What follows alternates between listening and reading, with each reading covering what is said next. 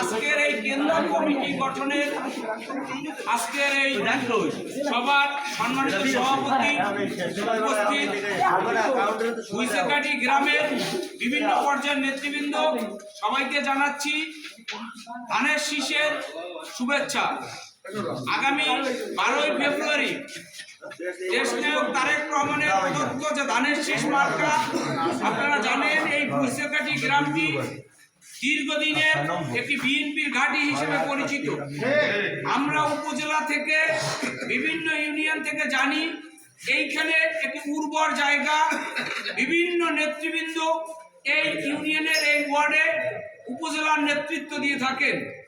আপনাদের এইখান থেকে এই মাটি থেকে উপজেলা নেতৃত্ব তৈরি হয়েছে। এই ওয়ার্ডের ধানের শীষ কিংবা বিএনপির ঘাঁটি হিসেবে পরিচিত থাকার কারণে পিরোজপুর জেলায় এই 29 বছর পর ধানের শীষ এসেছে।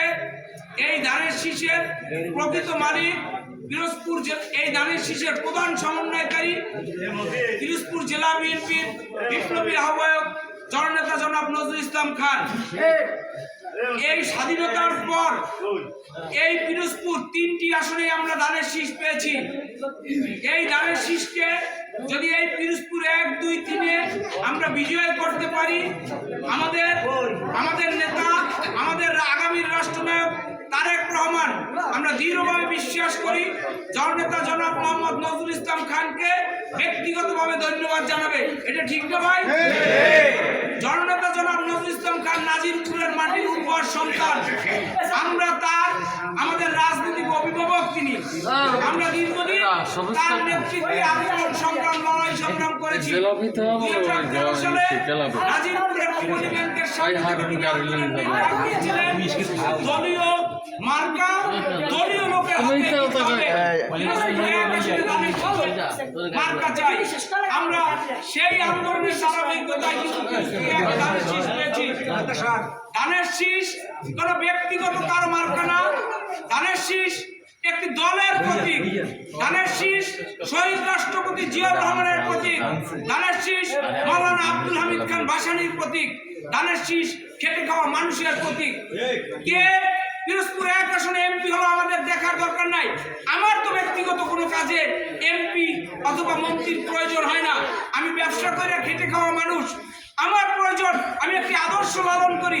আমার আদর্শিক পিতা শহীদ রাষ্ট্রপতি জিয়াউর রহমানের যে আদর্শটাকে লালন করি। 30 বছর পর এই আসনে ধানের শীষ পেয়েছি। এই ধানের শীষকে বিজয় করতে হলে আমরা প্রয়োজনে এই জামাত এর সাথে আমাদের রক্ত দিতে রাজপথে রাজি আছি। স্পন্দনের সাথে মিশে আছে।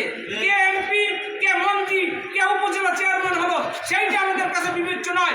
আমরা এই আসনকে সারা বাংলাদেশে প্রমাণ করব এইটা ধানের শীষের আসন, এটা জামাতের আসন না। 2001 সালের নির্বাচন কিংবা 2008 সালের নির্বাচনে বিএনপির ভোট থেকে জামাতের এমপি হয়েছিল। আমরা যদি এই নির্বাচনে কোনো অবস্থায় নিজেদের ব্যক্তিগত দ্বন্দ্ব কিংবা নিজেদের ব্যক্তিগত কাদা ছোড়াছুরির কারণে ধানের শীষকে পিছন থেকে ছুরিকাঘাত করি, তাহলে মনে রাখবেন আপনাকে সারা বাংলাদেশে আপনার বিএনপির পরিচয় দেওয়ার পর আপনাকে গালি খেতে হবে।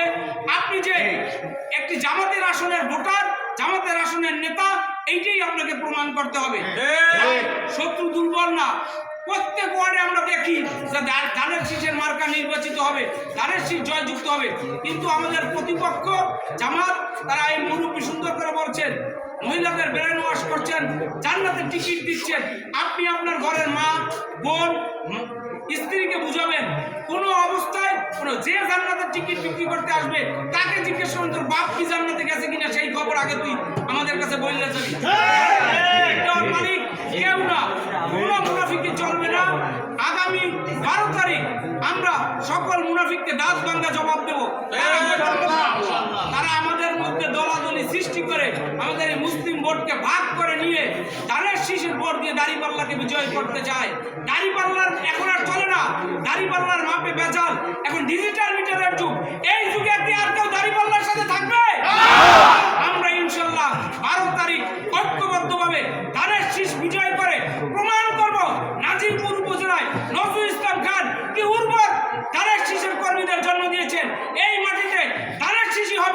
20,000 ভোটে নাজিরপুর থেকে আমরা ধানের শীষকে জয়যুক্ত করব। সবাইকে আগামী 12 তারিখ কোনো ব্যক্তিকে না ধানের শীষে ভোট দেওয়ার আহ্বান জানিয়ে আমি আমার বক্তব্য শেষ করছি। খোদা হাফেজ। বাংলাদেশ জিন্দাবাদ, ধানের শীষ জিন্দাবাদ।